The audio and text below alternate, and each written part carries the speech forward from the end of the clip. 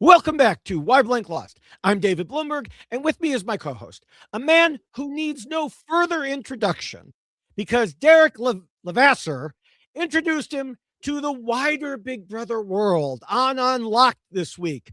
It is the famous Chappell. Thank you so much, David. I've been so embarrassed by these last 24 hours. It's been crazy. Yeah, that was wild. That's a thing that happened for sure. But I'm very much happy to be back talking to you about Big Brother and all the things that don't actually involve me. Let's talk about these players. Well, before we do that, we have to have a plan for next time because we want Derek to mention this podcast as well as your Unlocked recap. The only problem is it probably doesn't help that I live posted that Derek needs to pay attention because he said something that was completely wrong during another part of Unlocked. So we just have to make sure he doesn't see that. Yeah, he might not love that, but yeah, I don't mind him. Like maybe next week they say, "Oh yeah, there's another tweet for Chappell. Go check out his YX loss coverage with David Bloomberg." Like, right. Yeah, David. Yeah, like we can like slip you in there, and then that way we get some attention on the podcast, and then we can then say how wrong Derek is at that point. Once more eyes are on it, he doesn't even know he's sending people over here for us to drag him. But no, I really appreciate that was so kind of him and Taylor and I guess Jerry O'Connell. He doesn't know who I am, but the other two they kind of know. I think Taylor knows who I am. Yeah. Derek knows I exist, and then Jerry O'Connell's like who, and so yeah, for all the people who has said so many nice things to me, that was so dope. Thank y'all so much. But I'm still in shock, David. I did not know it was happening. I almost missed the whole moment anyway, and so thankfully the internet is forever, and someone sent me the clip. Yeah. Taylor knows who this podcast is because she listened after she won and messaged me. And so, she knows. We've just got to, find a way for them to mention it. And, if they were going to give us a shout out, then they would say, well, in this podcast, we will look at how things flipped over to Lyric leaving by examining her situation the way we always do, by comparing her gameplay to a set of guiding rules I originally wrote way back in 2004 and have modified ever since. And of course, we'll analyze her actions using what we saw on TV, live feeds, interviews, and other information. Do you think we can get them to say all that? I think so. Let me tweet it out, and we'll see if or skeet it out. Let me put on Blue Sky and see if the powers that be catch it. I'm not even sure who's looking on Blue Sky because the official Big Brother account left this year. So someone is still doing it. Maybe the intern who handles those things is like, I'm not being allowed to post there, but at least I can still look there and grab some screenshots from there. Yeah, shout out to intern Andy for doing that work for us. Yeah. But before we get to talking about Lyric, because, it is interesting that during the last episode where she was there, she was crying and said, I don't want to be here anymore. And, well, she got her wish. But before we talk about that, we always have other things to discuss about the week in general. And what a week it has been. It truly seems like ages ago when we had a mass delusion about Drew having a coin flip power and not using it. Like, I had so many notes about how I was going to blast Drew if that happened. And thankfully, it wasn't real. But so much has occurred since then. But even though the world of social media was wrong about that particular aspect of Drew's game, he was still an important point of conversation. Last week we talked about his game starting to sink. And what happened? Well, he was the main target for most of the week and had absolutely no clue. His denial was epically over the top. And I had a whole video about it, analyzing his psychology to go through this all. And you can find that on my TikTok, YouTube, and Instagram, of course. But he was like basically the dog in the meme saying everything is fine while the world burned around him. I don't have the dog. I have the emotional support dumpster fire. So this is fine. crochet. Yeah. Yes, it says it's fine, everything is fine. So yes, this was given as a my wife is a kindergarten teacher, and she got this as a gift from a student. It's a good gift. Yeah, it is. It is. So, even when Mallory told Drew he didn't have the votes, she's just out of the loop. She doesn't know anything. And it's like, oh my.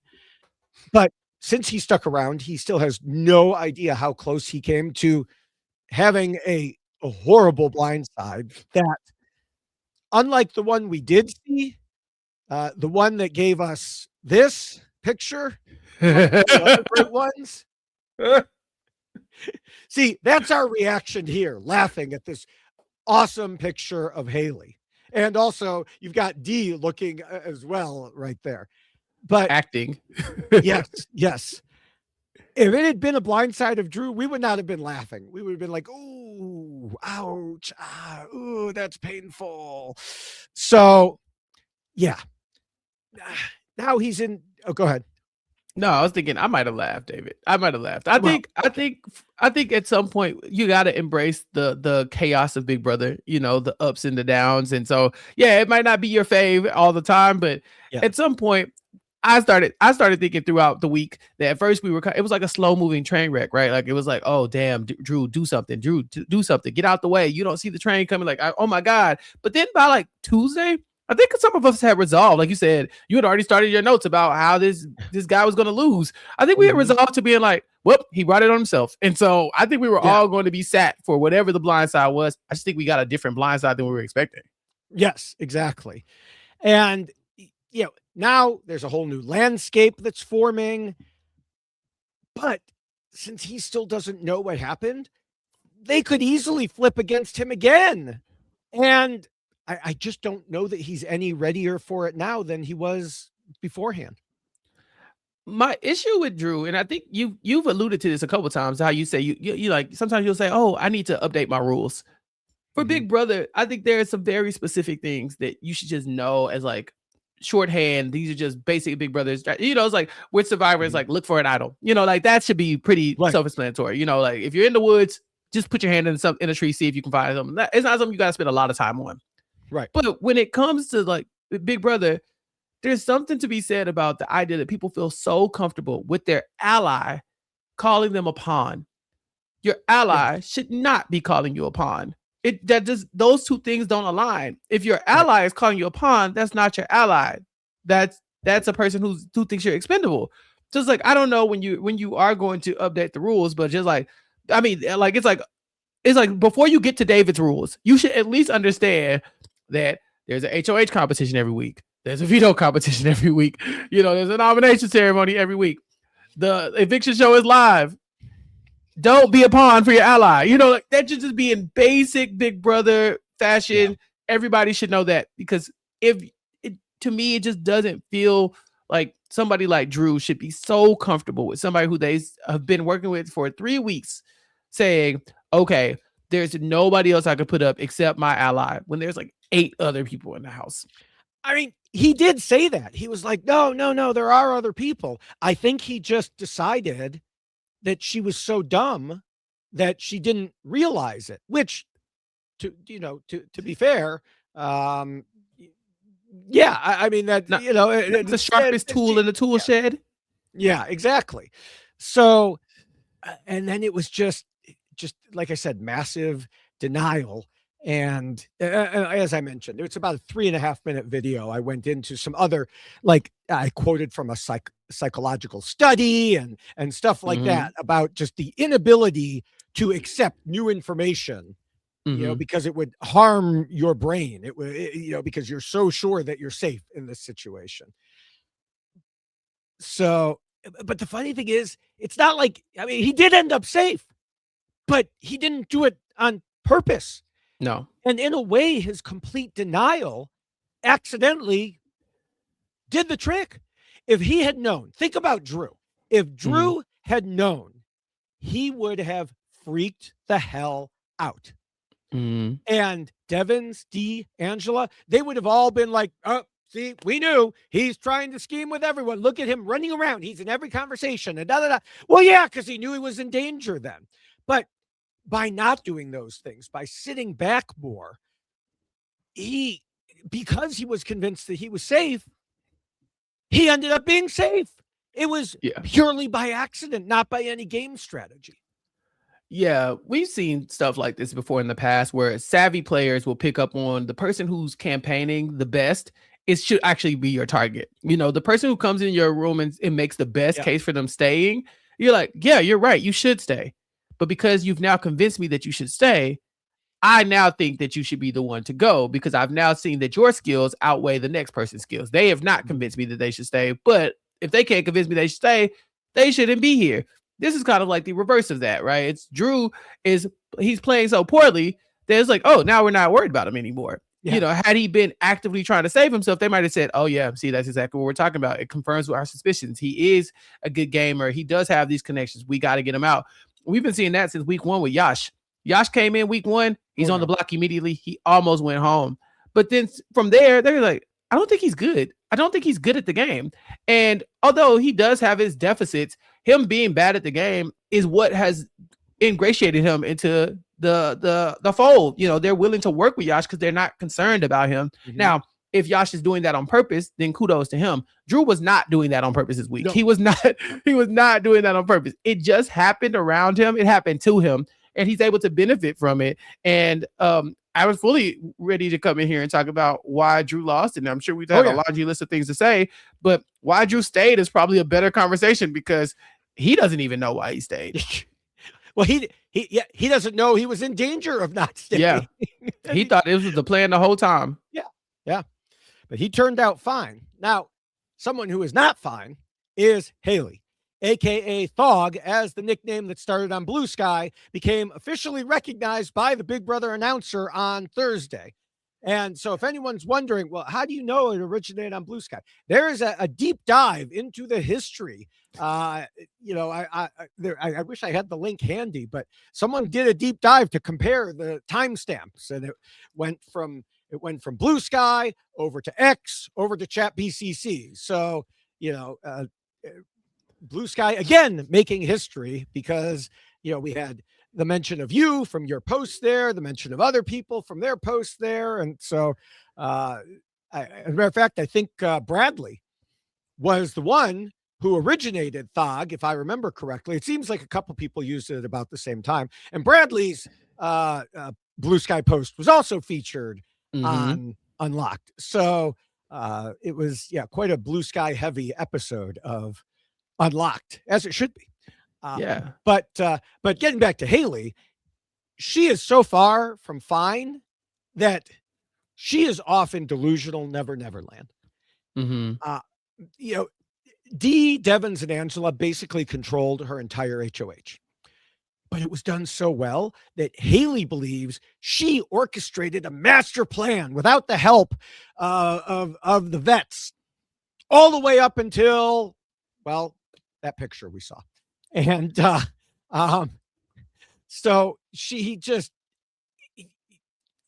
convinced of all these things that are not true, like that Angela would choose her over Dee if it came down to it.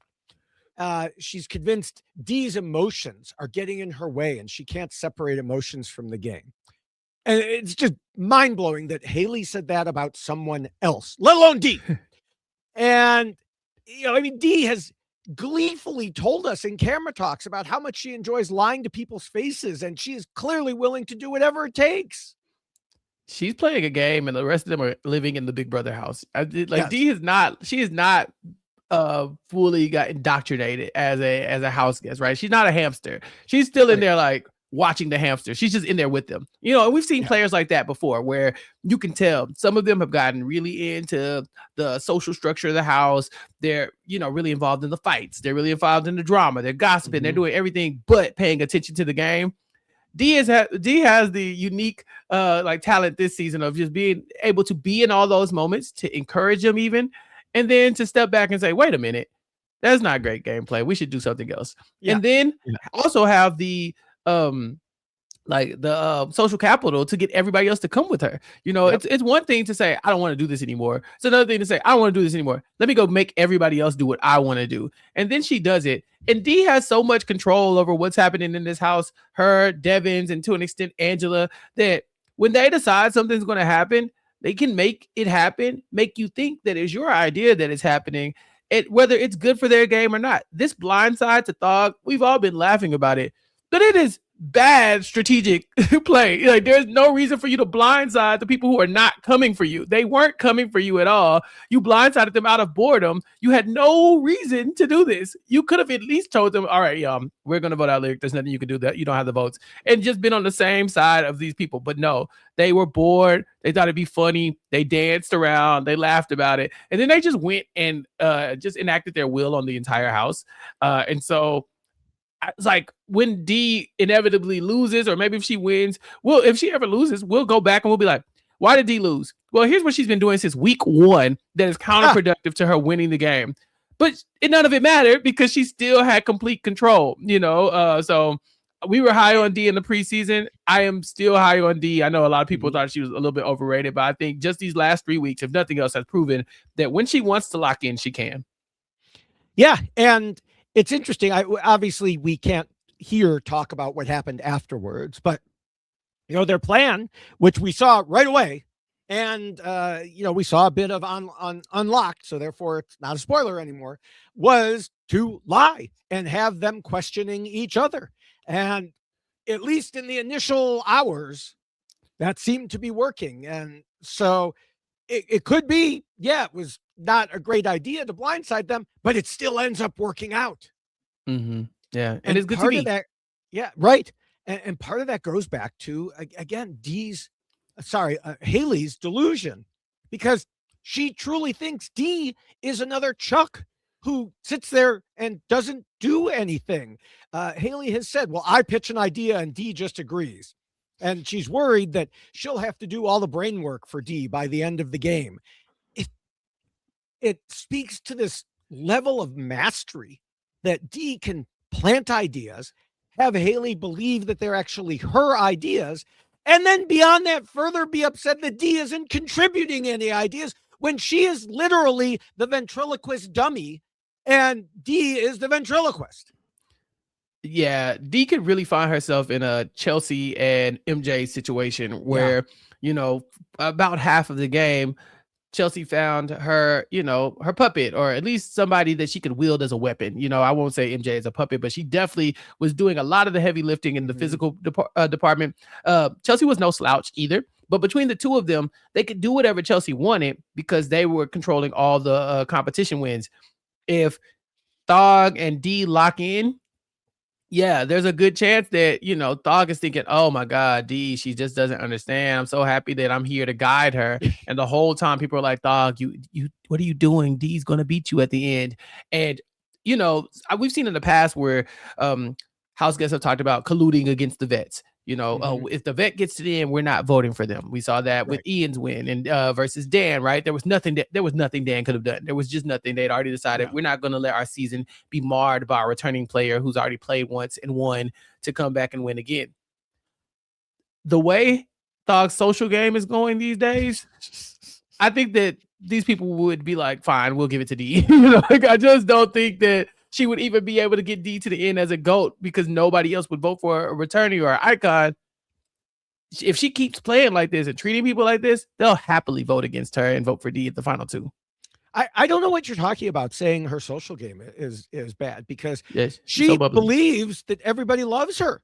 She thinks everybody in the house and the viewing audience. As a matter of fact, she thinks she is so popular because of the terrible week she has had. 3 weeks. And all that she has had to go through, that she is going to get the power this week. And, maybe it'll circle to Devins, but never to Dee, who is unpopular. And meanwhile, much like I think the players in the house, we're sitting here at home knowing, no, Devins already got a power. Dee already got her power. And I don't think it's a spoiler to say Haley ain't getting one this week or any week. As Omer had the perfect phrase on the Thursday night recap for her. he said she is effortlessly unlikable. She does a good job. Since week 1, we've seen that even though she was in the Toolshed Alliance, they have not been fond of her. I think Chuck and Camus have been high on her, but for the most part, like D never really felt like aligned with Haley, just socially. Barrett, Drew, they were just kind of like, oh, we're aligned because this is the alliance, but not so much that they're your friends and get along. Yeah.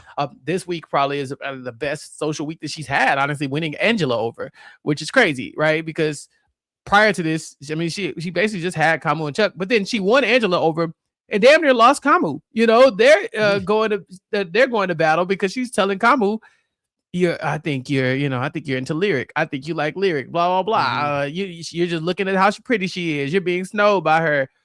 And Angela even hinted maybe there's a little bit of jealousy in that. So it's like she wins an ally. She potentially loses an ally. She has not been having a great 3 weeks, but not for the same reason she thinks she hasn't. No, definitely not. And you say she wins an ally, she loses an ally. Oh, she only thinks she won Angela because Angela was perfectly happy. Yeah, exactly. Yeah, she's good. I like Angela being into the Blindside as long as D and Devins were, because you could tell right. Angela was like, no, this is not a good idea. Like, why would I lie to somebody who I'm so close to? And D goes, yeah, we're lying with you. She, all right, yeah, okay, that's cool. It's fine. Okay, we're all in it together. Let's do it. So I know you had another topic you wanted to discuss, but you may have already hit on it. I'm not sure if you already took care of that in there. Yeah, well, I mean, I just love the idea that these Survivor players can just sit around and about halfway through the week just decide that we're just going to be chaotic for the hell of it. I think that in past seasons of Big Brother, before the strategy got so, granular and we knew exactly what to do, in the earlier seasons, people were just doing whatever they felt, like it might be strategic or it might be personal. They might have the votes to get you out. They might not, but they still put you on the block. And so for D and Devins to be able to identify the optimal move and say, no, I don't want to do that, and just to say, it's not like there's a level of incompetence. There's boredom. There's probably some level of, hubris. Maybe they're on, what did I say? They're playing with house money. They both had their time. This isn't their show. This isn't a dream that they had their whole life. So they don't mind being a little loosey-goosey. It's like the good version of what Tucker did. It's like Tucker was throwing challenges and putting up his allies for no reason. And it was tanking his game. And then he wanted to quit every 5 seconds as well, which is also annoying. Here, these people are like, yeah, they're taking their games, but they're able to pull it back out. And they know they are. They're like, I'm going to do a thing. But we could save it. Like, yeah, it's pretty bad, but we could fix it. And so watching them do that throughout the week has been very fun. Yeah, I do think that probably they both came in with the idea that it's unlikely we're going to win, so we'll have some fun. But as D has said in, some camera talks, $750,000. That's a lot of money. But like you just said, they have so much control that it doesn't matter if they screw something up just for fun, because they can just circle it back and bring it back and get people into that control again. So yeah, I think it's funny that they in part decided to make this move as an FU to Haley and Camus. Like, we heard D saying, who the hell do they think they are? Yeah. But I do want to emphasize, since this is the Why Lyric Lost podcast, that despite them just deciding to have fun, it doesn't change what we're about to discuss in a few minutes with Lyric, because for one thing, they never should. I mean, it was a mistake to target Drew to begin with. We were all talking about that. So in a way, this was like a corrective action. Right. And it was a fun corrective action, but it was a correction to the way they were going wrong.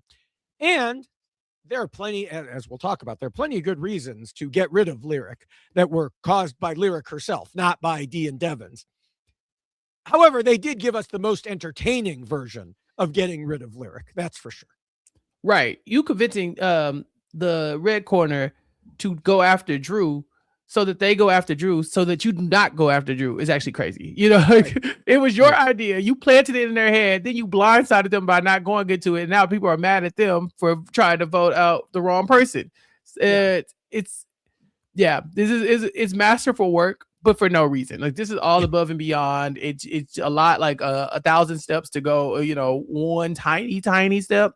But I'll take it because it's making for good TV, and this could have been way more boring if they weren't just willing to give us what we wanted instead of just taking the obvious steamroll that they could have. Right. All right. Do you have anything else before we move on to our usual segment here?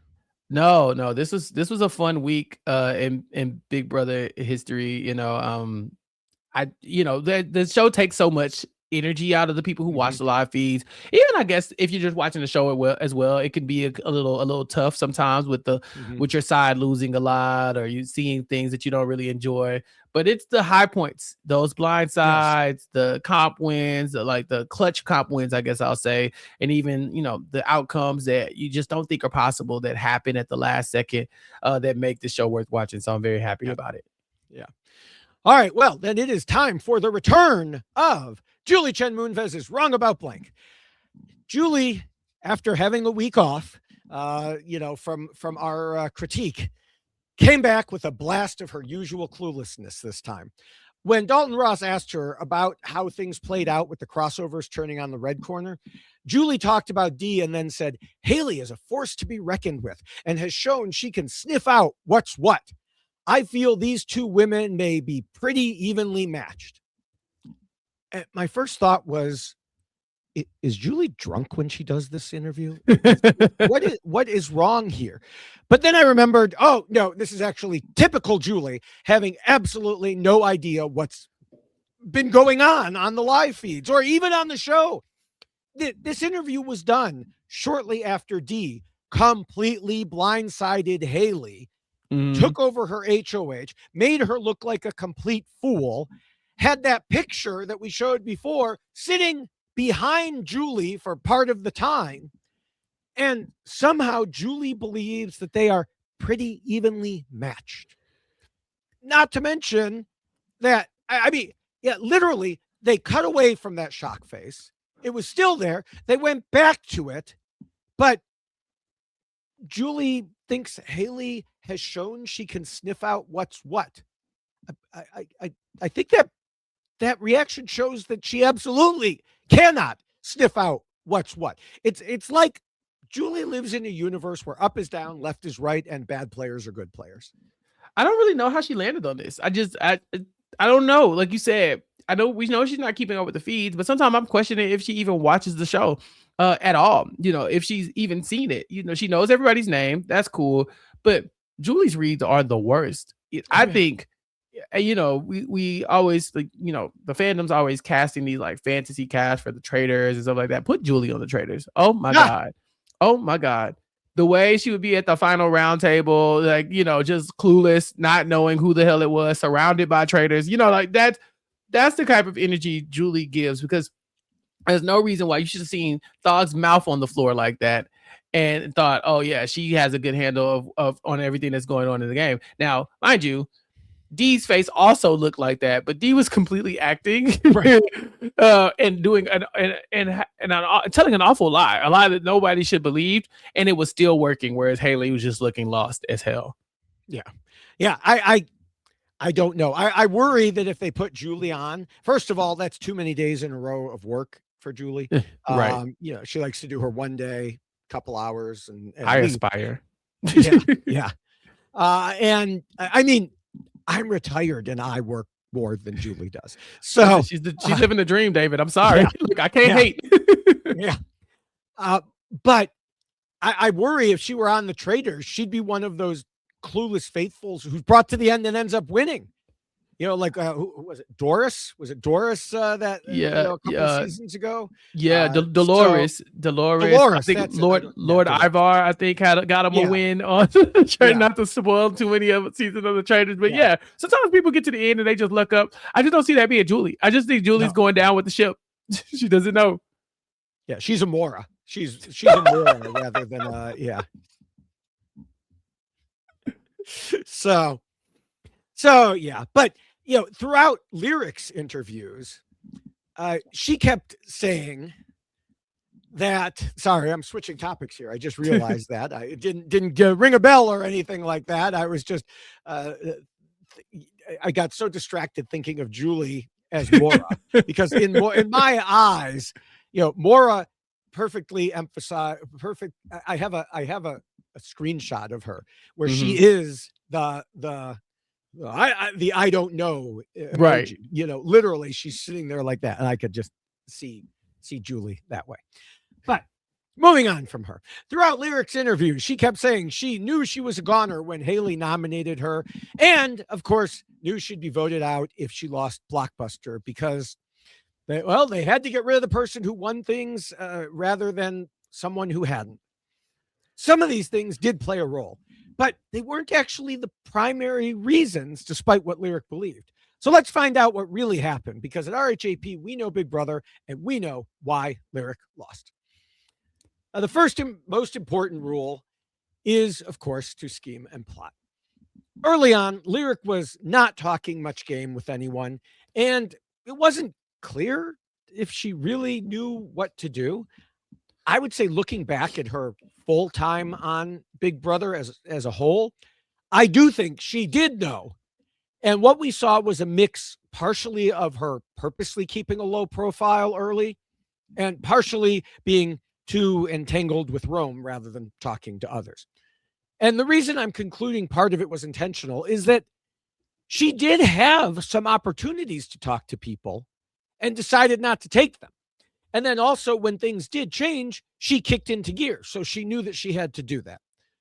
But one of those times when she chose not to engage in game-related discussions was with Devins. Because let's remember, the reason Devins told Rome that he was going to nominate Lyric was not because of her association with Rome, despite what would later wrongly become a firmly held belief among some of them. It was because he said he'd given her so many opportunities to talk to him about the game, and she didn't give him anything. And Devins didn't only just tell Rome about that, so it's not like he was giving some BS excuse. He also said the same thing to some of his allies. I have so many issues with Lyric's first week in the game. I'm not a guy who comes in rooting for the showmances. I just, I'm an OG Big Brother fan. I just feel like, since season 1, you got to break up the showmance, or season 2 proper, whatever. You gotta break up the showmance. Like, that's just kind of the way I've always operated, because showmances are incredibly hard to beat once they start to win challenges, because there's one person who will always save another person. That's one person who will never put another person up, right? Like, nobody else is right. Taking that type of trust and moving through the game with that. Everybody else has something, right, where they're like, maybe my ally is betraying me. With showmances, that's rarely the case. So I'm always in the camp of, target the showmance, but also don't get in a showmance or a public showmance at that. If you're in a showmance, keep it on the low. People should not know that you are willing to throw your game away for somebody. I mean, it's literally part of rule 2. It says it right in there when we get there. Yeah. Right. People shouldn't know that. So for her to spend her first week wrapped up in the showmance, she came in as a fan of the show. She got so wrapped up in that to where she let these other relationships and these other bonds and these other strategic moments fly by because she was so worried about what the hell Rome was doing. I just think that if you're a Big Brother fan, sure, you can go into the house and find love. We've seen it happen before. I hope that everything that she and Rome think is going to happen to them happens to them. I hope they work out, because otherwise you just threw $750,000 away because you wanted to play house for 2 weeks in the Big Brother house, like not even, like. So I don't know. I just feel like this, when you should have been strategizing, you were too busy laid up, and everybody saw it, and you were just slowly putting the target on your back. Yeah. Yeah. And, part of her not wanting to, or not strategizing, I think she tried to cover up, because she claimed on day 8 live feeds that she didn't want to scheme and lie. So she didn't compromise her morals and make herself look bad or disappoint her family. I still don't know if this is BS or she was trying to downplay herself, much like she said she didn't want to tell people she was a lawyer, or if she really did believe she was being honest, because even after she was evicted, she said some similar things like, oh, I think I carried myself in a way that, I didn't, make my family look bad and stuff like that. I suspect she was at least partially lying, because once she was nominated, like I said, she kicked it into a new gear.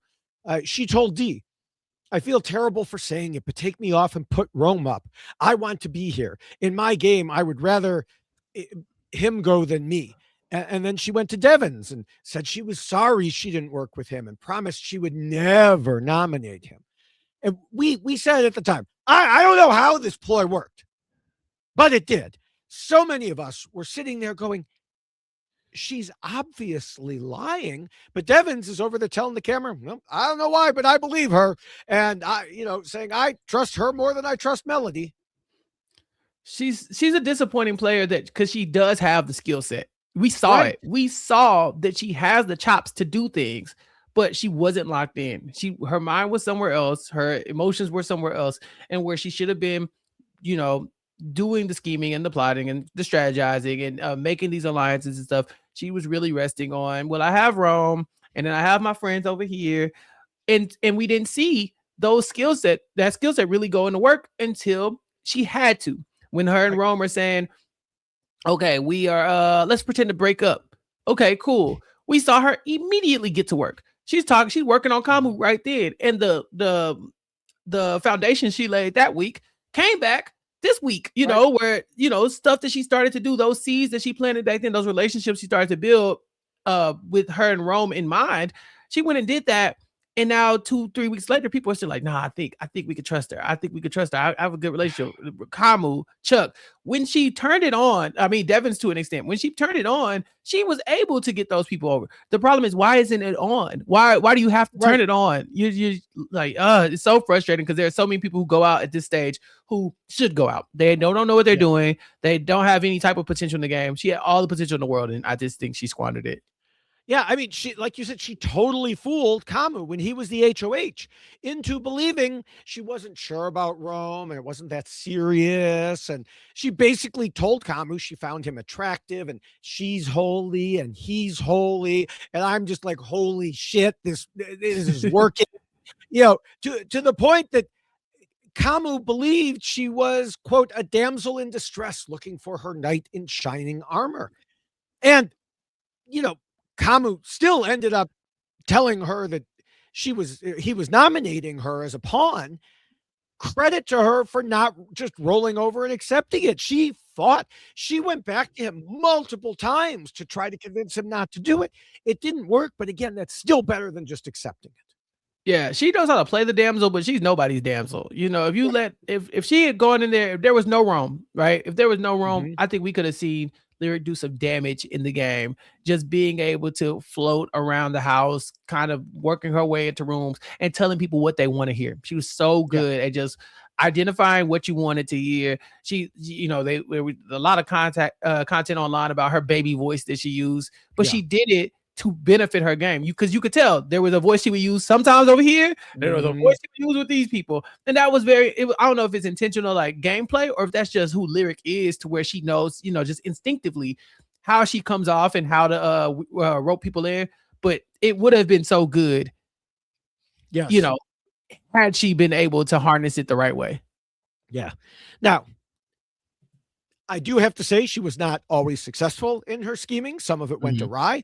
As much as it pains me to say the next 3 words, Haley wasn't wrong in saying that Lyric went to Kamu and Chuck before going to her when she was lobbying to avoid being nominated this week.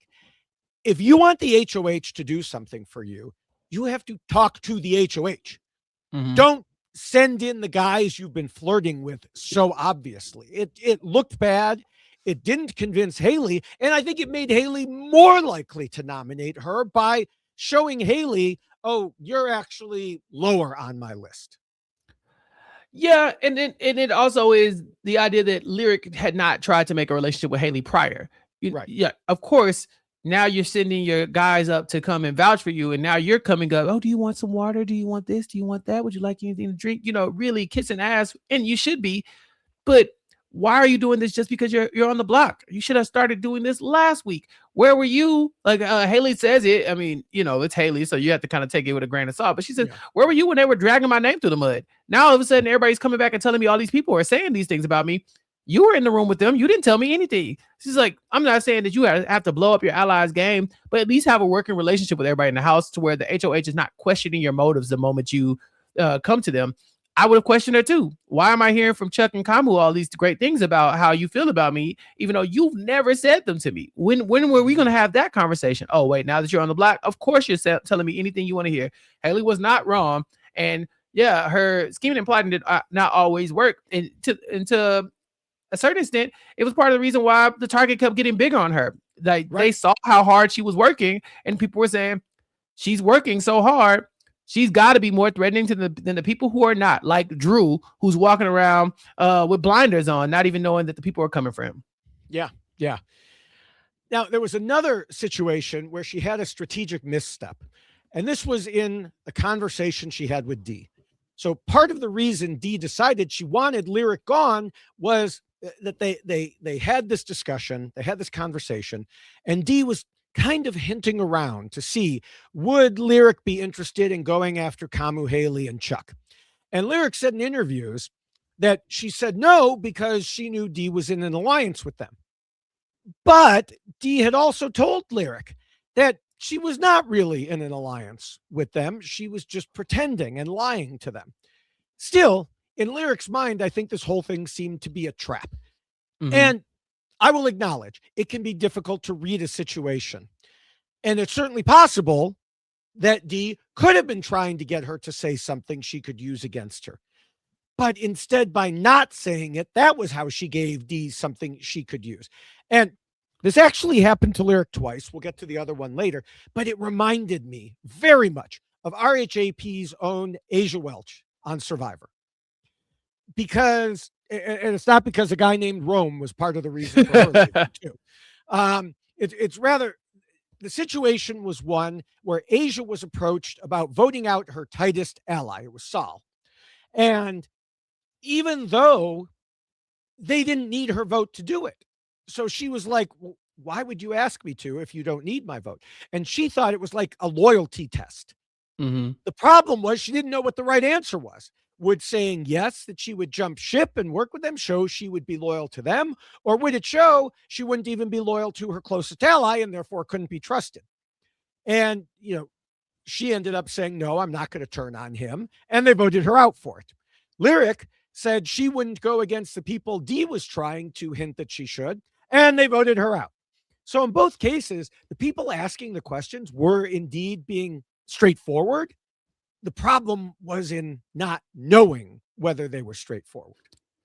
Yeah, and I mean, it doesn't help when you have not put yourself in a situation where you would know the answers to these questions. Like, yes. Like Asia was on Survivor for the first boot from her tribe, so she lasted a little less than a week. Yeah. Lyric's been in the house for almost a month. Mm-hmm. Hey, you had plenty of time to talk to these people. And you just did it. And so, now when you're coming in, you don't know Dee's motives. It's like, because you don't have a working relationship with Dee like that, Right. And some of that is Dee because Dee's picked her people, but go work them. We see that you can do it. You can do it. We saw it. We saw this week that you had the capacity to do it. I think you took too long. You should have been doing that instead of being laid up. All right, well, we can move to rule 2, which says not to scheme and plot too much and to keep your scheming secret. Now, I'm not going to yell this week like I have for the first 3, but a major part of keeping your scheming secret involves, not telling the people you schemed about that you schemed about them when you shouldn't have schemed about them. And I'm, of course, talking about how Lyric threw Melody and Mallory under the bus to Haley about how they were coming for Chagmu. And again, for people who don't remember, that is Chuck, Thog, Kamu. And then we got to get Chagmu. We got to get the Big Brother announcer to say Chagmu. That's so real, yeah. But anyway, then she had a sudden attack of conscience, or worried word would get back to them anyway, so she wanted to get ahead of it. And she told them she was forced to do it. Yeah, Chappell, they forced her. Haley forced her to rat out her people. Forced her. I don't mind her ratting out her people. I don't. But she's so transparent. She's so transparent. Everybody in the house knew what she was doing. the exception of Chuck and Kamu at different points. But even they could see it at certain points. Where they're like, damn, is she really playing us? You're scheming, you're plotting, you're moving around, you're throwing your allies on the bus, but everybody can see you. And you're not insulated enough to where they can't get to you. In fact, some of them think you're expendable. When it came down to you and Melody, they made their choice, and it wasn't you. So, yeah, she's out here working, but she's doing it, and she's burning these bridges when people find out that, damn, she's willing to throw me under the bus, or she's willing to throw you under the bus, or she threw that person under the bus. If she's doing all of us like this, what is the value of keeping her around? She's a mercenary. She's out for herself only. There's no point in bringing her an alliance because she's going to go and throw the alliance under the bus to save herself. There are ways you can do that without getting caught, but Lyric didn't have any issue getting caught. Like, she was getting caught, and then she would go back and she would do the Lyric thing. I was like, oh my God, I'm so sorry, I didn't mean to, and try to do the damsel in distress play that worked so well on Kamu.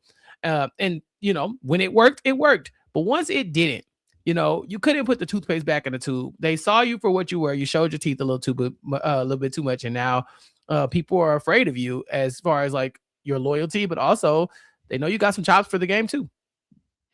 Yeah, the damsel in distress routine wasn't going to work on Melody after you had just thrown her under the bus. And instead, Melody was going to say she wants to punch you in the face. That was funny. I mean, Lyric, like you said, Lyric admitted to Mike Bloom that she was trying to save herself, which, yes, absolutely. You should try to do that. But you can't just throw out the names of your closest allies and expect it to be hunky-dory. And it worked against her in two ways, some of which you've already mentioned. First, of course, after she told Mallory about it, she was also trying to rationalize, well, it's not that big of a deal because everyone already knew that you had said that. It's like, okay, maybe they did, or at least they believe they know, but you just confirmed it. You brought it up again. If it was something Mallory had said in the past can very quickly be forgotten in this game, or at least ignored. You just confirmed it. You put the focus back on her directly to the person making the decision. But that wasn't the result. Lyric told Mike that she was trying to, quote, hopefully earn trust with Haley, Chuck, and Kamu, but, quote, it wasn't enough trust because Haley just put me up anyways. Well, no, the problem wasn't that it wasn't enough trust. It showed the opposite of trustworthiness. Haley even told her straight to her face that she was throwing her best friends under the bus.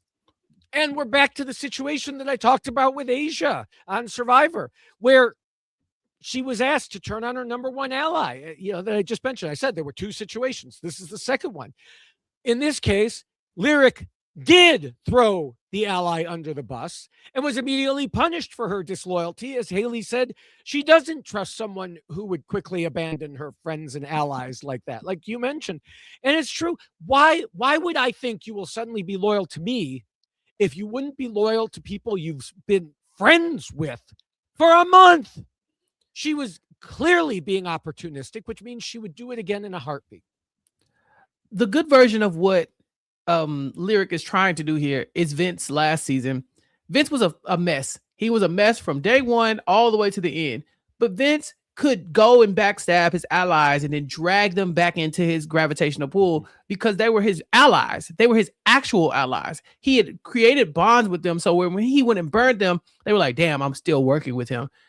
Lyric was burning people who she wasn't actually really working with at first. It's like, she's like, okay, I'm with the Haley. I'm with Melody. I'm with Mallory. Cool. That's my core group. But then you say, okay, I'm gonna backstab them. Okay, bet I'm backstabbing them. But then when the power shifts, so like, I'm gonna backstab y'all now, and I'm gonna go back to them. It's like, wait, what? How? You can't do both. Like because they feel like they're getting burned by you, but we are the ones in power, and we're watching you burn them and try to burn us at the same time. Vince was able to get power. That was another reason why it worked out for him. Lyric was not able to get power. Backstabbing your allies and even your enemies, it works when you can be the HOH, because then they can't do anything about it. People just have to accept your position. They say, okay, you lied to me, but I can't call you on it because you might put me on the block. If you're going to play a game like this, where you are playing so reckless with other people's allegiances to you, you at least need to have something that will bring them back to you. And winning HOH would have been very beneficial for the game that she was playing. She was not able to do that. And so when people saw her make mistakes or, throw them under the bus, she had nothing to recover from, with that. It was just like, okay, I threw you under the bus, and now when the tide shift, I got to go throw somebody else in the bus, and I throw somebody else under the bus. She just kept throwing people and throwing people and throwing people, and she had nobody else to throw. Yeah, because it wasn't like you're saying, it wasn't only Haley who felt this way. Like after the eviction, the live feeds came back to Taylor saying, well, I decided to vote Lyric out because she jumped ship on her friends. So, I mean, that's a totally different group in the house having the same exact feeling. And others said similar things. Even Josh Martinez said on BB Unlocked that Lyric should have stayed loyal to the other women. And I agree, this was part of Lyric's problem. She never seemed to have like a coherent plan. She was just running hither and yon to try to save herself. She was always playing defense, and there were just a lot of holes. It reminds me of a football team who just has, bad players, and they're always being run over here. She was up against Drew, who seemed sketchy, but she had actually shown disloyalty with her actions. Drew had not, because he is loyal. When you look at the comparison, I know Drew won the blockbuster. I'm saying what helped cause the flip, because, they didn't originally care about Melody at first. They cared about Drew. And it was just momentum that kept them going to, okay, get rid of her against Melody too. But this is the problem. Like people will come into my comments and be like, well, Angela was right. Drew is sketchy.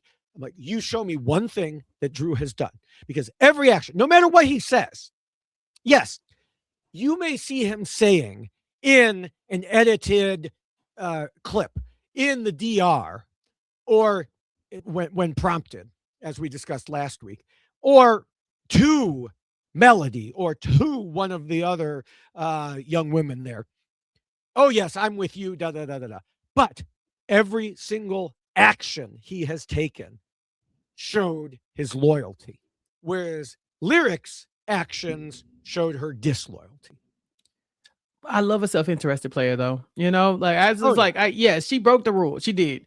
But I prefer the Lyric style of, you did everything you could do, maybe even too much, as opposed to, people who will go out of the game and the whole time you'll say, what did you even do? Why were you there? Well, you're at the end and you're like, did they scheme and plot too much? No. Did they scheme and plot at all? No. It's like there's nothing to show. At least I have to give her credit for this. At least when she wanted to lock in, she could. When she did, she had so much of a deficit to make up from just like basically not playing the game, and putting this big target on her back. So like now she has to undo everybody's preconceived notions of her. They looked at her as Rome's girlfriend, that she's in a relationship with Rome. So she's got to undo that. Oh yeah, I'm not mad about y'all targeting Rome. No, I would never come at y'all for that. And then on the other side, she's like, yeah, I gotta target them because they came after Rome. Like she's telling all these lies to come from that hole that she put herself in. So I'll give her some credit. At least she fought to stay, because some people just don't. Oh yeah. Oh, absolutely. But in that fight, you've got the question of, why did she decide to jump ship the way she did? And she told Dalton Ross she realized that when Jason left, quote, I was like, I'm on my own in here. I got to find some new allies. I got to find some people who are going to support me and keep me safe in this house. Now, we may scratch our heads a bit at this, because she was not on her own. She had Mallory and Melody at the very least. And, some of them thought that they had some of the others, like Drew and Barrett.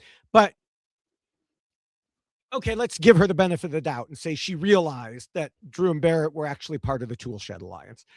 And, of course, each of them also had connections with Melody and Mallory, respectively. So maybe she did feel alone for that reason. But then the solution is to try to tighten things up and strengthen those bonds, not be like, oh, my boat has a couple small holes in it. Let's abandon ship and try swimming. She wanted to be with people who won comps so she wouldn't have to worry about being targeted. But the thing is, if she did actually understand the overall size of the alliance, she was basically begging to be taken in at the absolute bottom rung of the ladder, like to replace the person who they had just kicked out in 8th place. That is not really any more secure than being outside of it completely. But you could even get there if you actually took the time to be there earlier. You know, you had time to be like, nah, yeah, me and Romer in the Showmance, but if he got to go, he can go. You know, you could have been planting those seeds very early on. Even Rome probably would have been okay with that. You know, like, oh yeah, we should probably separate ourselves. They did the fake breakup. But you should literally be in there being like, I don't like, listen, I'm here. Yes, me and Rome are having a thing, but you don't got to worry about me. And she tried that a couple times with people like Kamu, right? But she really should have been in there with that all the people that she thought was the other side. She should have been in there. They targeted Rome. Okay, shake it off and get back in there and let them know, you ain't got to worry about me. I'm working with y'all. If I win HOH, I'm putting up the littles. You know, like if you really wanted to do that, commit to it. But she couldn't because she didn't want that. She wanted to be with the littles until she realized, oh, damn, the ship is sinking. Now I got to leave y'all behind. Peace. And that's what she said. I got to find somebody who's going to protect me. I'm just now realizing y'all aren't going to win anything. Yeah, they're not. And it's too late because now it's your turn. You know, it's like you should have jumped ship a long time ago. You know, you could still be friends with them. But the people who are winning competition should at least know that you're with them. And they didn't. You know, they couldn't believe it. And then when you came to them, it was so transparent that you weren't. Yeah. And, you know, like I just said in that quote, she decided. It's not like she was, you know, she decided at that moment, oh, now I need to be over there. Well, okay, just because you have decided you need to be over there doesn't mean they're going to accept you over there. Right. Man, it's tough. So she definitely needed to be over there. She definitely needed to be over there. Yeah, right. It's tough, man. It's tough. Yeah. So I mentioned earlier that Lyric was always playing defense. And, you know, part of that was something I said in the first rule when Lyric promised Devin she would never nominate him. And it turns out that was the start of a trend and something in her defensive playbook that she used too often. You know, like she was blitzing way too often. And the, you know, people who had the ball were like, no, she is running the same thing all the time. We can easily take care of this because, they caught on. We saw on the July 31st live feeds that Angela in a group, I don't remember who was exactly in the group, but a large number of the tool shed asked for a show of hands who has heard Lyric promise to never put you on the block. And like almost every hand, if not every hand, went up. And this emphasized the fact that, as Angela noted, oh, look, she won't put up anyone. So if Lyric were actually being honest, there's nobody left to nominate. How can you tell everyone that you're not putting them up? Yeah, that must mean you don't want to win power. And if you're not winning power, what use are you to me? Right. Yeah. Right. So you've mentioned a couple of times, and we discussed back in the first rule, how she buttered up Kamu, but she also worked on Chuck, flirting with him and getting close to him when they worked out. She had gotten approval from Rome to use those tactics in the game, but there were definitely others who did not approve. Like Yash told her at one point that hanging out with Chuck like that so soon after Rome left was, quote, not a good look. And of course, there was the whole situation of Haley having a crush on Kamu. You mentioned this earlier, not exactly being happy to see him hanging out with her. And we saw Angela asked Haley, do you like Kamu? And she didn't say no. She said, I'm over that situation. Okay. In other words, she does like him, but she's lying to herself about it. And she even told Angela that Lyric only wanted to work with them because of what Kamu looks like and because her boyfriend went home. And quote, he has something for her. He wants to protect her. Okay, but sure, Haley is over that situation. She might be over like wanting to pursue it. I don't believe her. I think she lied to her, and I think she lied to her to us. But I think, her being able to identify that everything she said about Lyric was in relationship to Kamu. None of it was in relationship to the relationship she has with Haley. None of it was. She doesn't have a relationship with Haley. Right. So all Haley really can base it off of is like, yeah, Kamu wants to save her because she looks good. Her boyfriend is gone. Now she wants to work with us, blah, blah, blah. But at no point was she ever like, me and Lyric talked week 1 and we had a good working relationship, or we established a fake final 2. There's so many fake alliances in this house, I can't even count them. Why are Lyric and Haley not in at least one? Like it's like, why are you just pitching this week 3 after your boyfriend is gone, after Jason is gone? These are your allies. These are the people that Haley is targeted. So your number 1 and 2 allies are her biggest targets. There's no way that y'all have a working relationship. There's just not. And if you do, you should be then she should be okay with, or you should be okay with this, right? Like if y'all have a working relationship, then y'all are on the same page. She's not blindsiding you by voting these people out, by putting them on the block. That's something that y'all have talked about, or that that okay, we're targeting different people, but at least I'm gonna keep you safe. None of that happened. You end up coming up here and groveling at the last minute. Yeah. Now I do want to point out, the people we've been talking about are the likes of Haley, Kamu, Chuck, Yash. Well, those are the people who wanted to keep Lyric at the end. So, some listeners may be scratching their heads and being like, well, why are you talking about them when they're the ones who kept them? But this all contributed to Haley making her the replacement nominee to begin with. Mm-hmm. And of course, these 4 had talked about it with other people before the vote, and other people saw the behavior. It was related to those 4. But other people saw what was going on, and she never would have even been a nominee if it hadn't been for what she was doing. It's a tough look, man. Like she wasn't passive at points, and when she went at it, she just threw everything at it. Yeah, but when she threw everything, she didn't have anything left, and you had nothing else to offer. You'd given away all your allegiances, you'd given away all your power, all the promises that you could, and so at that point, everybody's like, "Well, what use are you to me?" It seems like you're just telling me whatever I want to hear. Maybe she goes on to win the next competition. But who could guarantee that they weren't going to be the ones she put up? I think we were speculating as a fandom. Okay, let's say Lyric does stay. Who does she put up? I didn't know. I didn't know what the answer was. Was she actually going to? Yeah. Even though she has made claims, she told Julie one thing. I still don't know. I don't think she knows, because she said different things depending on the pieces of information that were in front of her at that moment, even after the game. Mm-hmm. Yeah. So had she won, does she really nestle in with the red corner and the tool shed because she knows these are the people who are going to keep me safe? That's what you said you wanted. Right. That's what you told us in the diary room that you wanted. So that's it. That's how you get it. You win and you do what they want you to do. But are you really going to betray your girls like that? I mean, you threw them under the bus, but are you going to really put them up now that you have the power to save those actual allies that you like? Are you really not going to go back with them and then betray Haley and the rest of Chagmu? I don't know that. I don't know. And if we don't know, how the hell are they going to know inside the house? Right.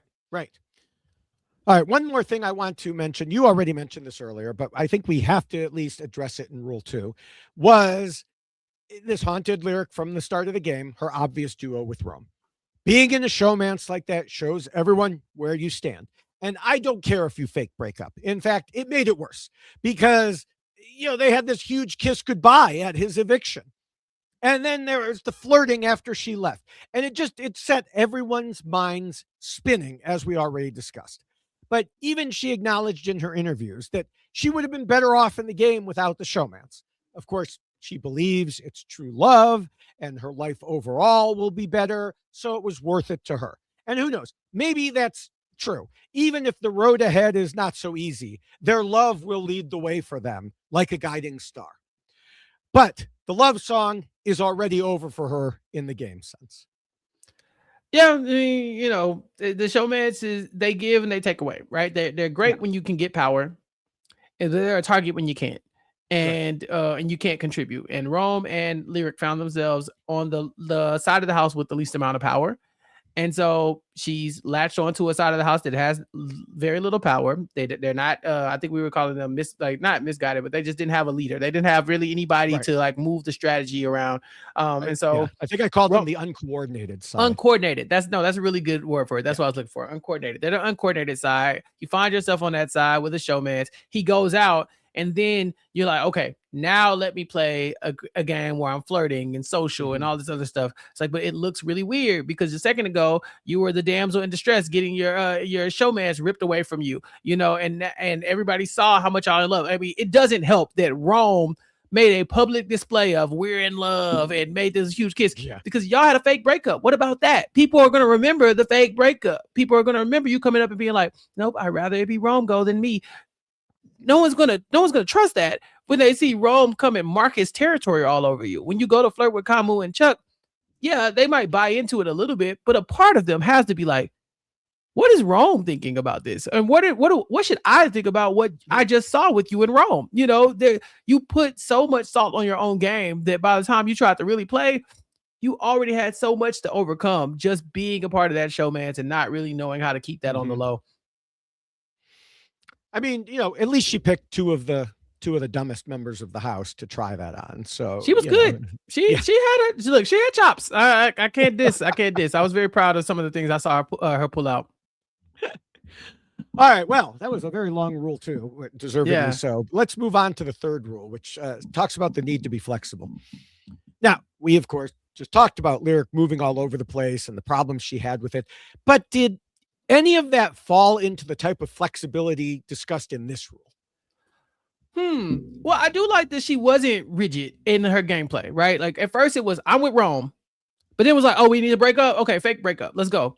But then it was like, still with Rome. It's like, all right, well, I need to get off the block. So I'm not gonna, like, hey, take Rome, don't take me. Like she was doing things that if she was so rigid, she would never do. Right. If someone who's so locked into a Showmance, we've seen Showmances sit on the block holding hands so many different times because I just can't, I can't campaign against you. I'd rather it be you than me.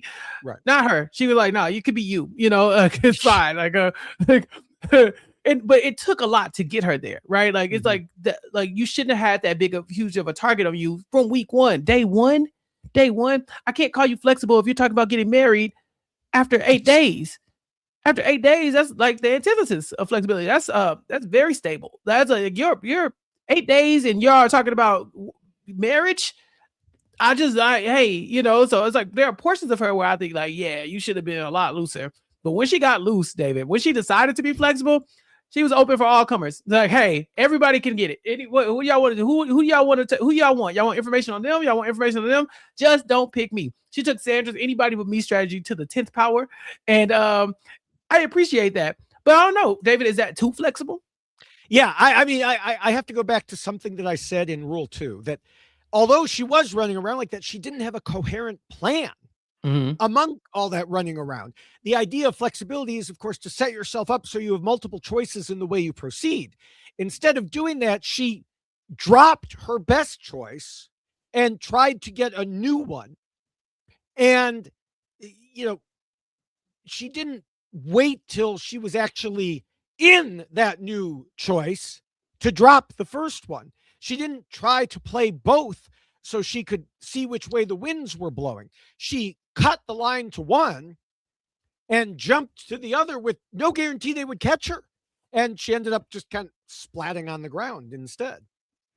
Yeah, but it was like she was flexible without any like type of aim, right? It was just like, I just need somebody. I don't care what it is. I need somebody. And so, like, I think she's flexible, but it needed a little polish, It's just like flexibility for flexibility's sake is not all it's cracked up to be, like if you're in a good solid alliance, like let's talk about even Drew, right? Drew's so flexible that he's like willing to have all these conversations with everybody. He's playing all the sides of the house. He's doing all this kind of stuff. He's loyal to the people he's loyal to, but he's also working the room, right?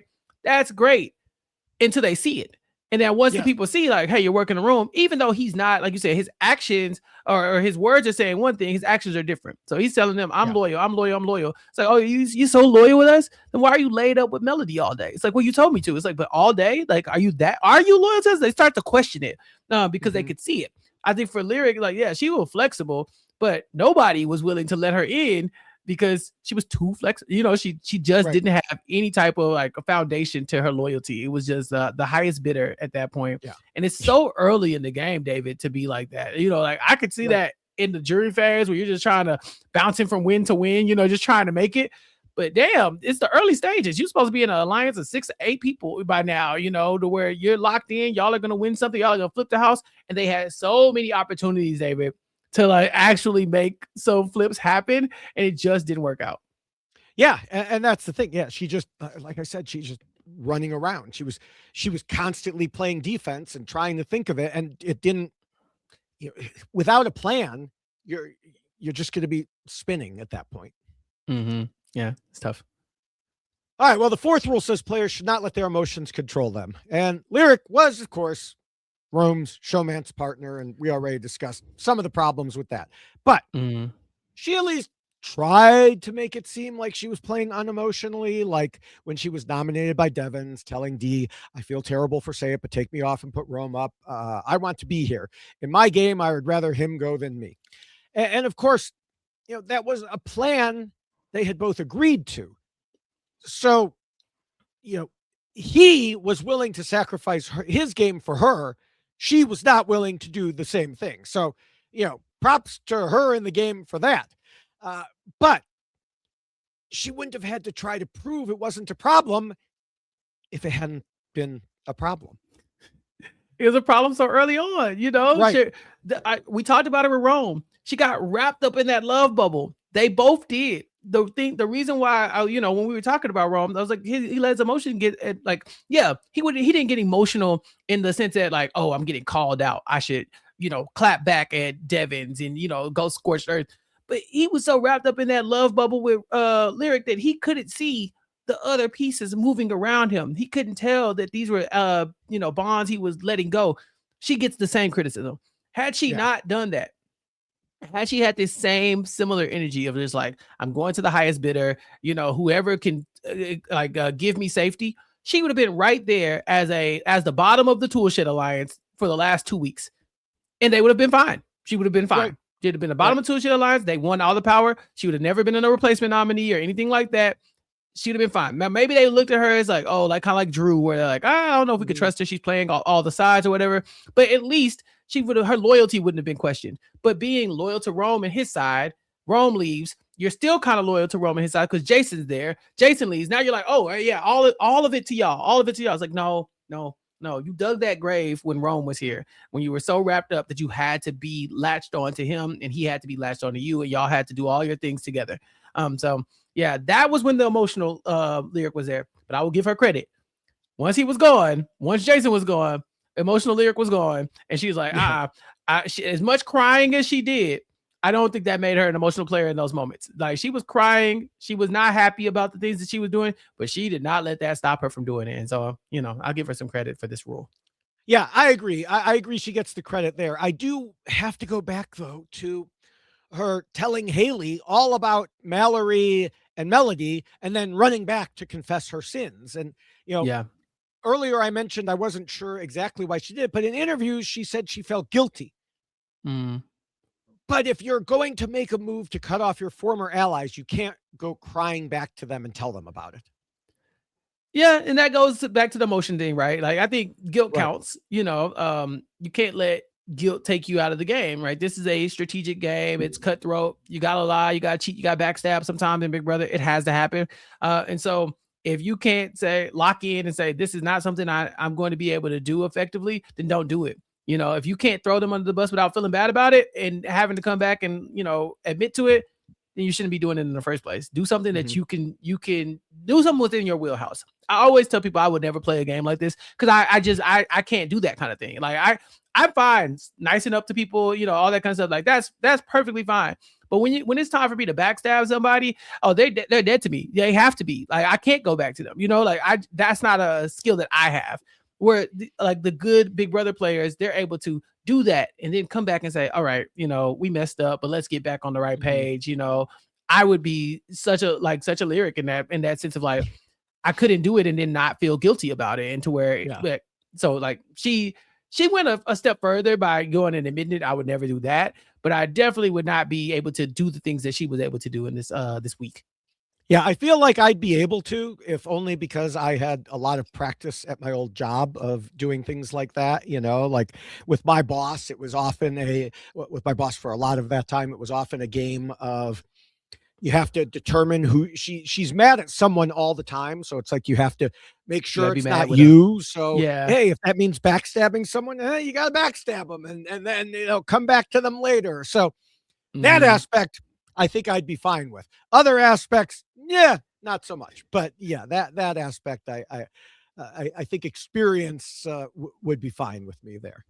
Yeah, she had some moments where I definitely was thinking like, dang, I don't know if she's cut out for this because she was doing so much crying. Right. But when push came to shove, she was willing to throw them people under the Right. bus and move on with her life. She said, I need somebody to save me, and y'all aren't doing that for me. And I think that level of self-interest is something that it's very commendable. Yeah. All right. Well, the fifth rule tells players they need to pretend to be nice and play the social game. And Lyric certainly was not voted out because she was hated like some other person in the house. But how did she do overall here? She's good at that. She's good at pretending to be nice and playing the social game when she wants to. But there are definitely times and people that she did not give that energy to, and so that's why it's so transparent when she comes to them like Thog, and she says, "Oh no, I swear I'm loyal to you." Da da da da. It's like I can see you pretending to be nice. When you pretend, the goal of pretending is so it's you make the person believe something about you, right? It's not pretend to be nice and then we all know about it. Same thing we said about Jason. He's pretending to be nice and then telling people, I was rolling my eyes, I was making faces at the camera.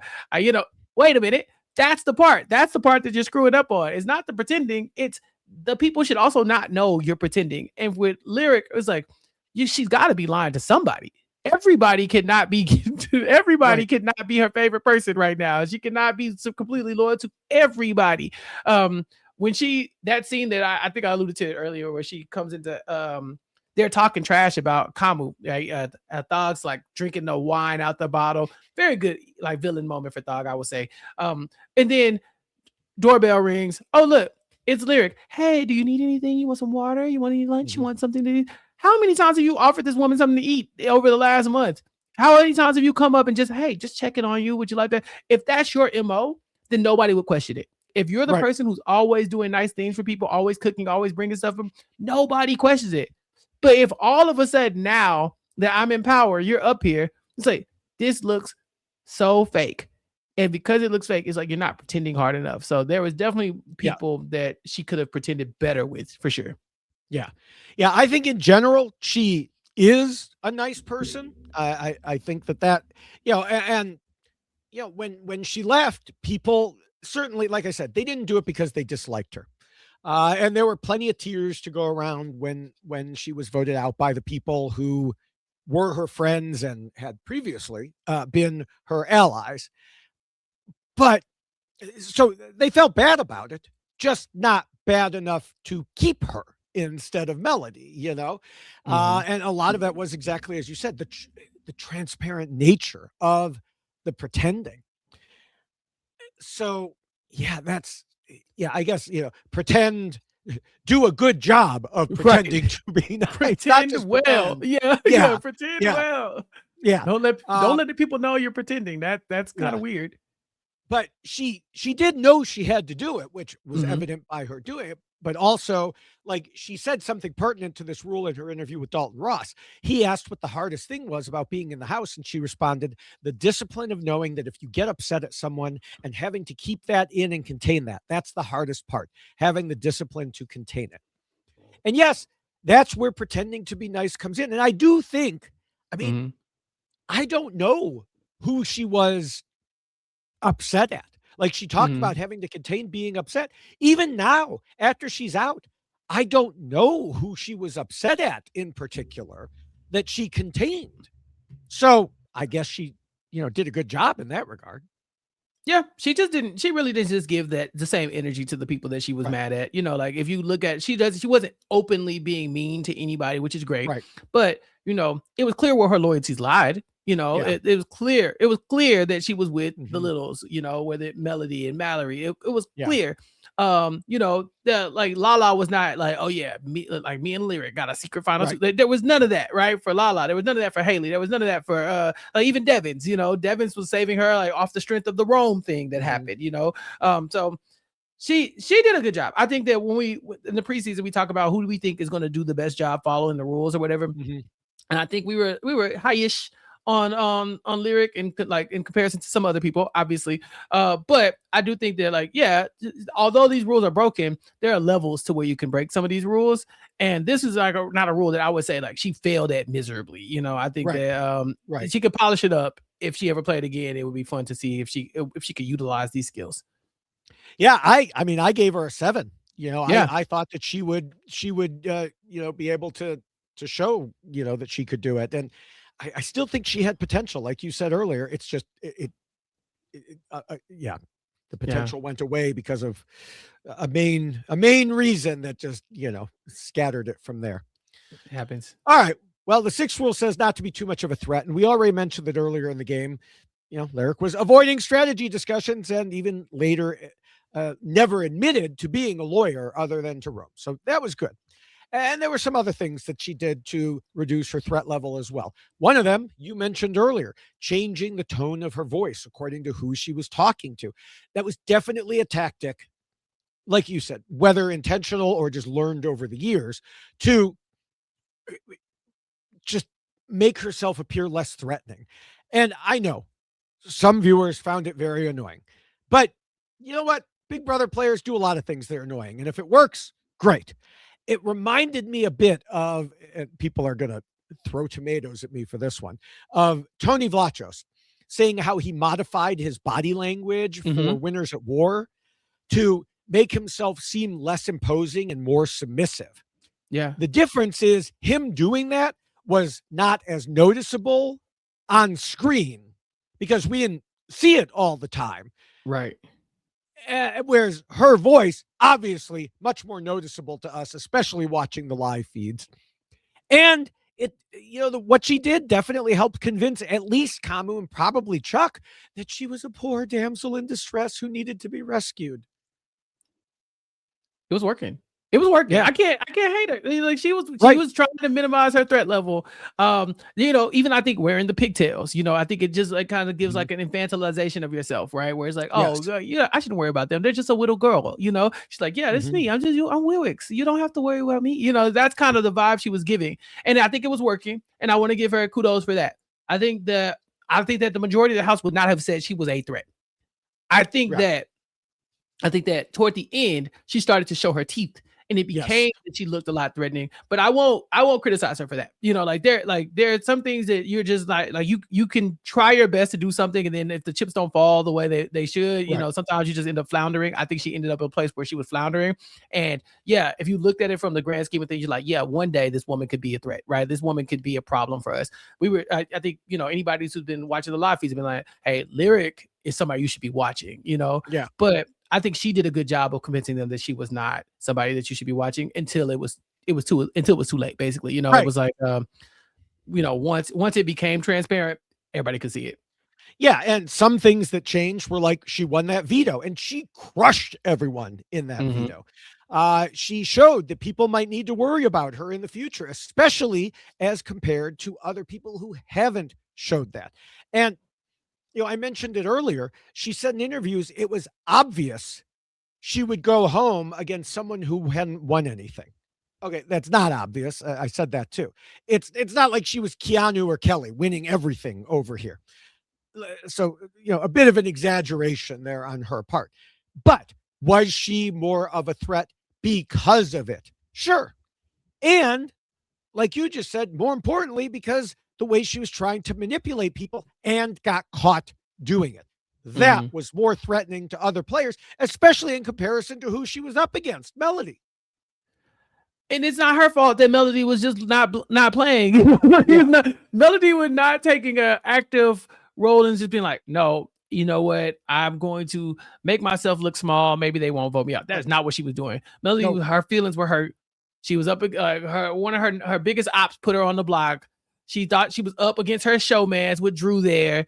She was down and out. She did not have the killer instinct that Lyric has. And so, and honestly, Drew didn't either. Both of them were up there just kind of just watching their game slip away. And Lyric was rising to the occasion. And just in contrast, it made her look so much more just attractive to get rid of, because he said, why would we get rid of these other two? They're not even trying. This woman is trying. I'm not going to fault her for trying, David. I'm not. Yeah.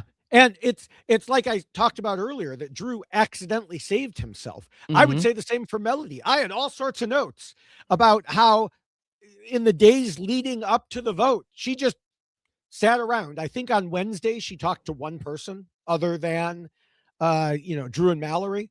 And the votes were not flipped because Melody made a push to do it. It was flipped for other reasons. And so, some people will say, and don't get me wrong, I love Melody. I love her bluntness. I love that she doesn't have scripted diary rooms, that she's going to say it like it is. I think she has potential as a game player, but she's got to get out of her funk. Although her funk saved her this time compared to Lyric. Lyric didn't get in the funk. That's right. What I'll give her that. When things got rough, she pivoted. She was like, that's what I said. I have to give her credit for flexibility, but I also have to give her credit for this. It's not her fault that she decided to take matters in her own hands and try to save herself when people did not try to save themselves. That was not strategy on their part. They just were either like Drew out of the loop or like Melody had given up. And so in comparison to the other two options, she was the obvious choice. And I don't think that's her fault. Right. All right, well, the seventh rule says to trust almost nobody, and Lyric obviously trusted Rome, and that went okay for her. But since then, I'm trying to think of who she trusted that turned against her, and I don't know that I can pinpoint anyone. She tried to work with certain people like Camu and Chuck, but I wouldn't say she trusted them per se. Yeah, I mean, I think she was really locked in with the Littles. I think those were her people. Yeah. And her, Mallory, and Melody. I think there were definitely moments where they realized they couldn't trust her, and then they started throwing her under the bus. And then, so of course, she in turn had to throw them under the bus, and then back and forth. But in general, I think she's fine with this rule. I think you rating her a 7 preseason was pretty apt because, she didn't do everything perfectly, but there are definitely spaces where I can give her way more credit than I could a normal Big Brother player. Yeah. All right. Well, with that, it's about time to wrap things up. So what are your final thoughts about Lyric? I think going too soon. I do. I think that there's something there gameplay wise, maybe not story wise. I think the Rome thing happens, but I also think people get wrapped into showmances pretty often. And what I'll say is normally when people get wrapped into showmances, it's the woman who falls to the wayside of that showmance, and the man will go on to win the game or something like that. We've seen it time and time again. I think Cody Nixon is a good example of that. Where he's locked in with this showmance, but we're gonna let him stay and then see what happens. And it's happened. So I think it's happened several other times. I think I could probably start back at the very beginning of Big Brother and say Dr. Will was in the showmance his first season. Look at how he does. I think for her surviving that and then showing that she had the chops to do other stuff was very good and impressive. But I do think that had she not started off getting wrapped up in the wrong TV show, right? This is Big Brother. This is not Love Island. This is not The Bachelor. If you find love there, fine. That's great. This is Big Brother. You can find love here. It's happened so many times. But once you let that, hinder your game at the very beginning, you're going to have an uphill battle every time. And she just did. So, maybe we'll see her on something else. But I think this is the end of the road for Lyric as far as I can see. I don't think I can see her on another show right now. Maybe Love Island. Yeah. Yeah, well, I mean, she's found her match in Rome. So she's married now, so never mind. Yeah, she can't do that. Married at first sight. Discount. Yeah. Yeah, Lyric's father saying the lyrics, "You don't have to change a thing. I love you just the way you are." But Lyric clearly did need to change some things if she wanted to get further in Big Brother. First and foremost would have, been not having an obvious showmance right off the bat to the point that it hindered her early game. Her failure to make other relationships, especially game-related ones, was the initial push that started her game rolling downhill. Her game instincts kicked in, and she saved herself then, but she had to start making promises she could never keep, and then it just kept going from there. Meanwhile, she had her close allies, but when push came to shove, she, pushed and shoved them right under a bus. As soon as she did it, she told them about it. Worse than that, other people saw her do it and became worried that they would be next if they trusted her. Lyric definitely played the game. She tried, and she had some successes. But the way she handled being on the defensive took its toll, as did overplaying things because of that. Even if she fooled Camu and Chuck with her fake flirting, someone was going to notice. And they did. Even if she promised safety, someone was going to compare notes and realize she was doing it so often that it was meaningless. All of this led to her being nominated. And then in the end, it came down to a comparison.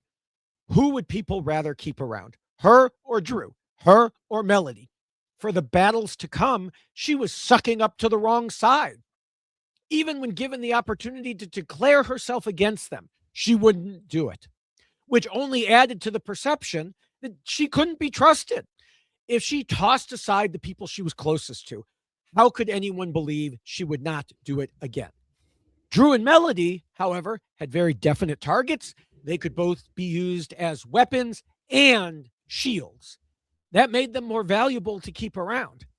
Lyric just sang one too many of the wrong songs to the wrong people and could not stick to the right tune. It was like American Idol all over again for her. And that is why Lyric lost. Man, that's a good summary. American Idol all over again. She's a star. You know, there's a reason why she's on all these shows, right? There's a reason why she's on American Idol. I think she's trying to do music, but also she stood out here on Big Brother. I think coming out so early in the game, this is not indicative of who she is as a player, or like, you know, she didn't flame out. I wouldn't say that.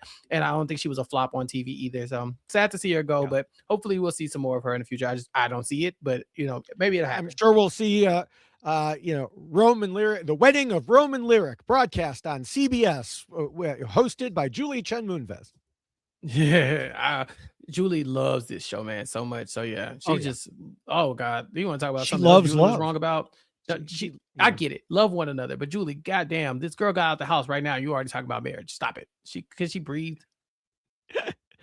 To be fair, Lyric was the one who brought up marriage or Lyric or Rome brought it up. Rome brought up marriage first. Yeah. I just feel like she just got out, y'all. Let her get her bearings first. She even got her phone back. I did like, because I was saying this earlier, I did like that in interviews. I don't remember if it was with Julie or someone else. She said Rome is going to have to move to Hawaii, because previously I had seen, I think, Rome saying something about her moving to Florida, and it's like, you're a tennis and pickleball coach. She is a lawyer. Plus, I know from friends who were lawyers who wanted to like semi-retire to Florida. Florida they don't have reciprocal agreements for the bar. And their bar is harder than most others because they want to protect their homegrown lawyers. They don't want people coming in and semi-retiring and like stealing away law business from the people who are truly trying to do it there.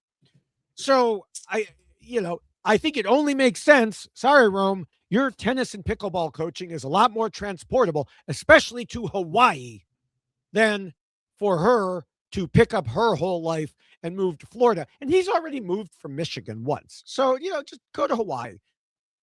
Also, I know, get your tomatoes and your bricks ready. Hey, Florida? You want this woman to leave Hawaii to go to Florida? Yeah. Rome, please stop it. Yes. Grow up. I'm sorry. Yeah. Okay, that's it. Hopefully sorry to the Floridians out there, but y'all know where y'all live. Yeah. All right. Well, everybody be sure to stay tuned for our spoiler-free predictions in a moment. And first, of course, we have a few other pieces of information.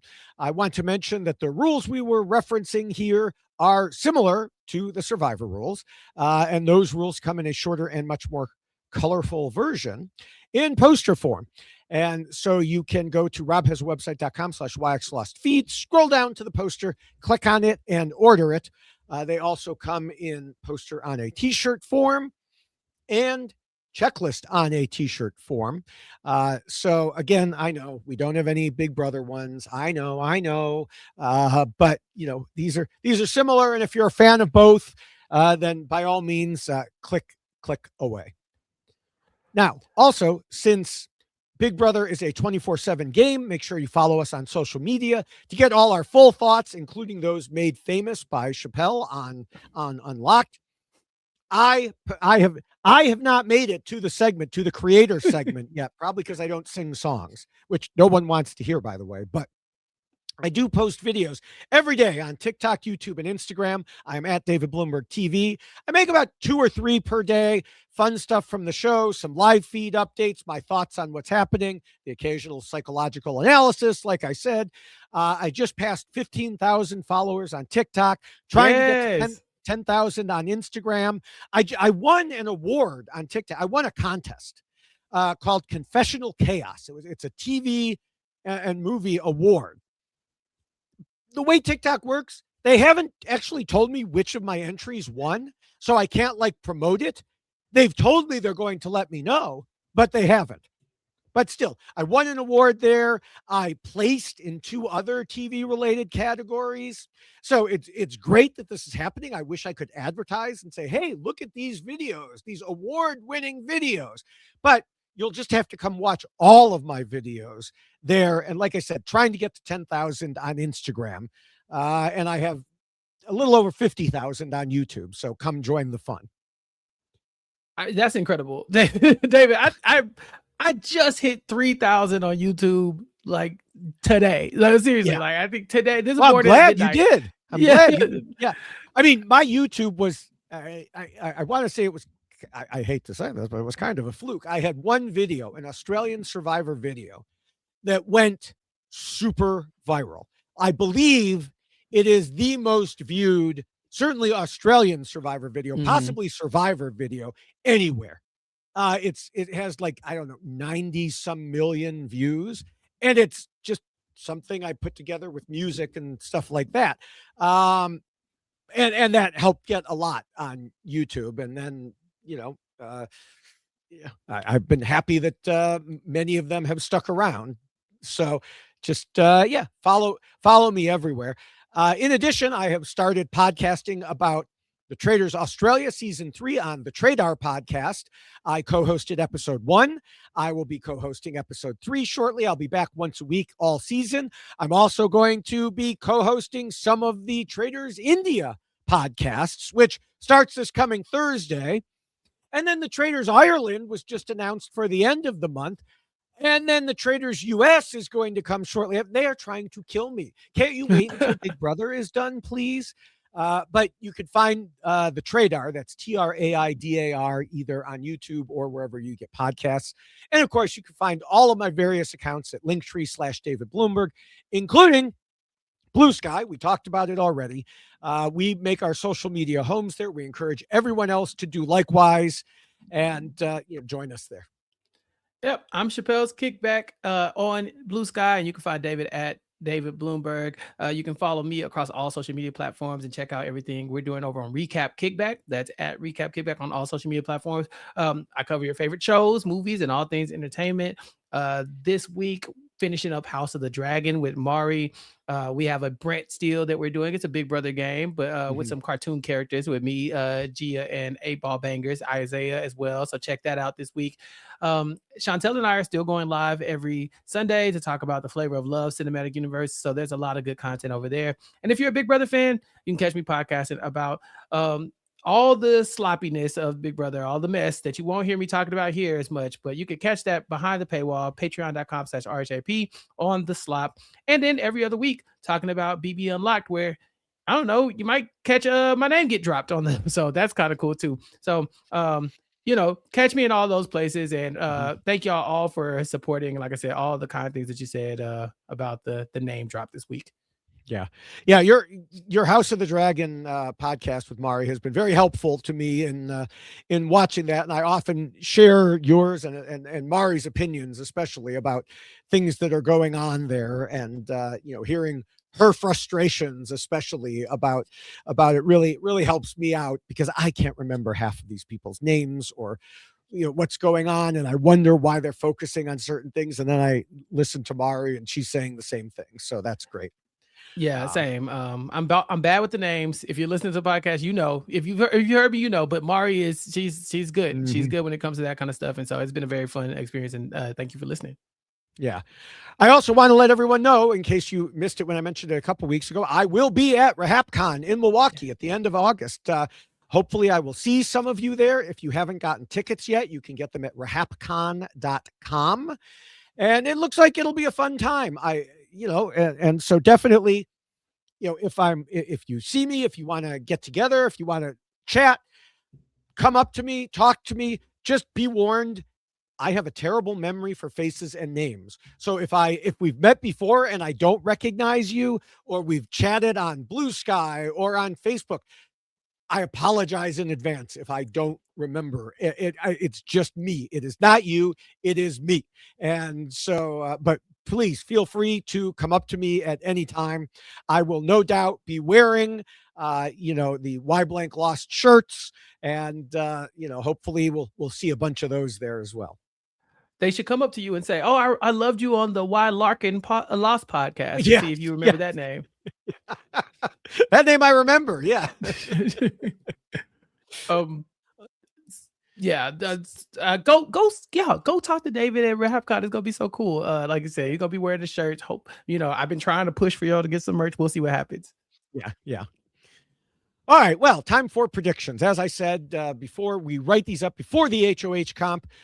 In this case, we had a couple hours of waiting for it before the wall. So yeah, even if you don't want to know what happened on live feeds, you don't have to worry. We're not going to spoil it for you. We knew the wall was coming ahead of time. It was sent out in emails. Apparently, I'm not signed up for those emails, but that part isn't a spoiler. And that informed my prediction, or at least hopefully informed my prediction. We will see. I felt like Dee could do well in this comp, much the same like she won the Survivor poll contest, though I don't know whether her big toe will help her here the same way it did on the poll. The question is, okay, let's go with that and say she wins. What does she do after? Considering her plan was to try to throw suspicion on people like Kamu and Chuck and Yash for switching their votes, I think she could keep up that facade and nominate them by saying, well, one of you is lying and we need to figure out who. And then, of course, after that, it gets harder to predict because any of those three could win veto or blockbuster. But I'm just going to go out on a limb. I'm going to say neither of those will be in Kamu's wheelhouse, and he will end up getting taken out. Or I could just be making a Chappell type prediction and hoping that's where it goes. I'm so happy that we're on the same page that we need to make a Chappell type of prediction this week, because I too predict Kamu going out, but I think this is going to be at the hands. Well, there's two ways of looking at this, right? What I want to happen, what I think is going to happen. Both of those things end up with Kamu leaving. I would love for Melody to win the wall comp. She this was such a week of her just being down and out, and her biggest ops had her on the block. That's one of my favorite tropes in Big Brother, is when the person who was on the block goes on to win HOH. That is so fun to me, yes. Right? That's the Rachel, give me that key bitch moment. Like those are the things that we live for. But I don't think Melody has it in her. I don't think she is the competition prowess. So I'm going to lean on the Pipe Queen. I think she's been winning a little bit.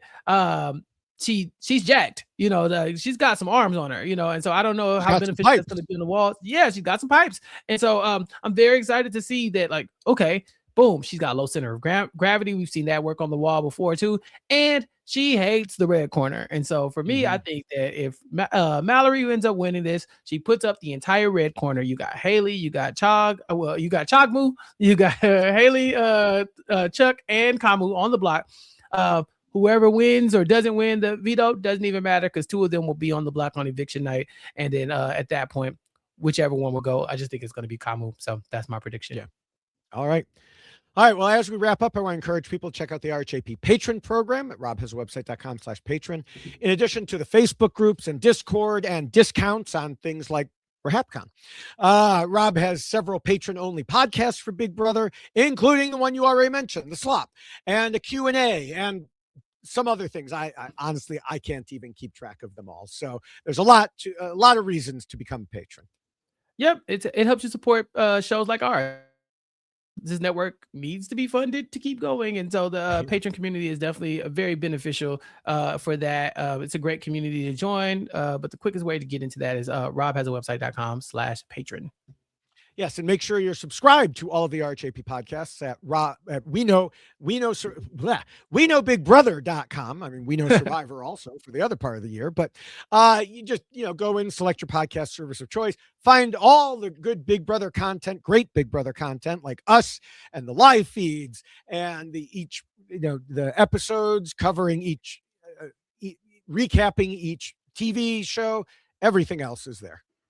Yep. And we also want to give a big shout out to Scott St. Pierre, Jess Sterling, and the entire RHAP and Reality TV Wrap Ups family for behind the screens. We truly appreciate everything that they do, from posting and all the work that happens behind the scenes to keeping everything running. We couldn't do it without you, and we are incredibly grateful for all your hard work.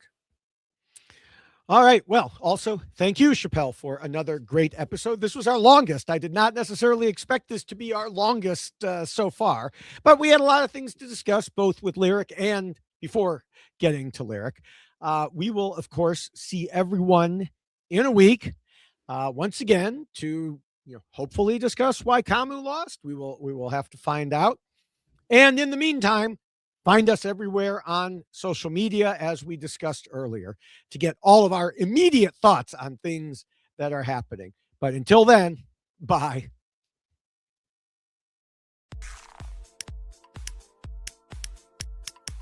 This is RHAP. We know reality TV.